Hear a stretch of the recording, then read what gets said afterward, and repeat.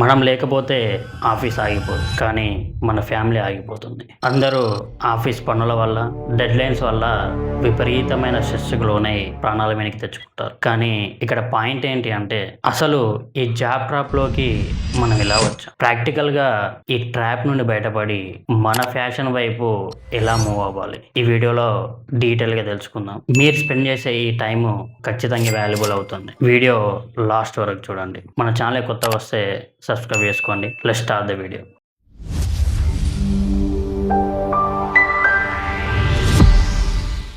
మనం ఒక జాబ్లో జాయిన్ అవుతాం. ఎందుకు? మన అవసరాల కోసం, మన ఫ్యామిలీ కోసం, రైట్?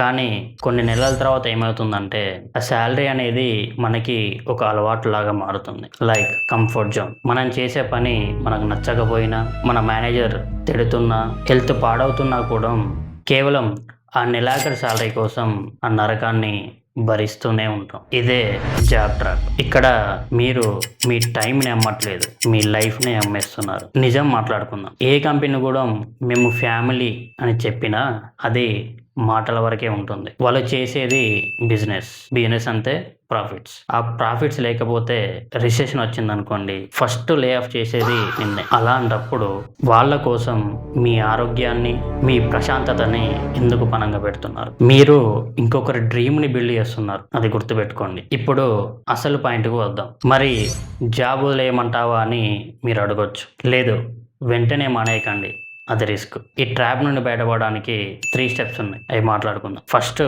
మీ జాబ్ని మీ ఐడెంటిటీగా చూడడం మానేయండి. ఆఫీస్కి వెళ్ళారా, మీ పని మీరు చేసుకున్నారా, ఈవినింగ్ లాగౌట్ చేశారా, అంతే. ఆ తర్వాత ఆఫీస్ గురించి ఆలోచించకండి.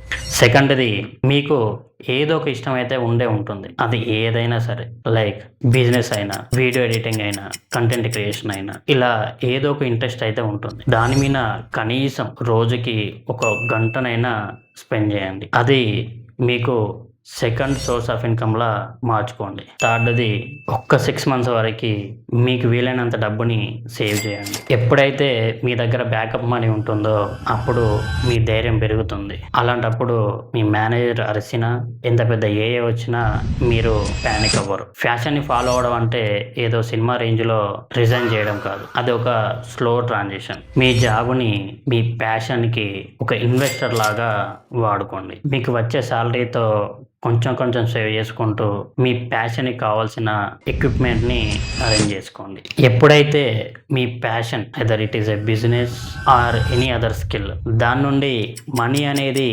జనరేట్ అవ్వడం స్టార్ట్ అయ్యాక అప్పుడు మీ జాబ్ అనే ట్రాప్కి బై చెప్పండి. అంతేగాని వెంటనే రిజైన్ చేసి రిస్క్లో పడకండి. లైఫ్ అనేది చాలా చిన్నది. మనం పుట్టింది మెయిల్స్కి రిప్లై ఇవ్వడం, ఎక్సెల్ షీట్ నింపడమే కాదు. మనం ఒక హోల్ పర్సన్. మనకు ఇష్టాలు ఉన్నాయి, కళలు ఉన్నాయి. ఆఫీస్ పని వస్తుంది పోతుంది, కానీ టైం తిరిగి రాదు. ఈ రోజే ఒక నిర్ణయం తీసుకోండి. ఆ జాబ్ ట్రాప్లో ఇరుక్కొని ఉంటారా, లేదా మీ ప్యాషన్ని ఫాలో అయ్యి మీ రిమైనింగ్ లైఫ్ని ఎంజాయ్ చేస్తారు? ఈ ఇన్ఫర్మేషన్ మీకు ఎంతో కొంత ధైర్యాన్ని, ఎంతో కొంత వాల్యూని ఇస్తే లైక్ చేయండి. ఈ ఇన్ఫర్మేషన్ని మీ ఫ్రెండ్స్కి షేర్ చేయండి. అలాగే మీ ప్యాషన్ ఏంటో కింద కమెంట్ సెక్షన్లో కమెంట్ చేయండి. నెక్స్ట్ వీడియోలో మళ్ళీ కలుద్దాం. అప్పటి వరకు start building your own dream slowly. By.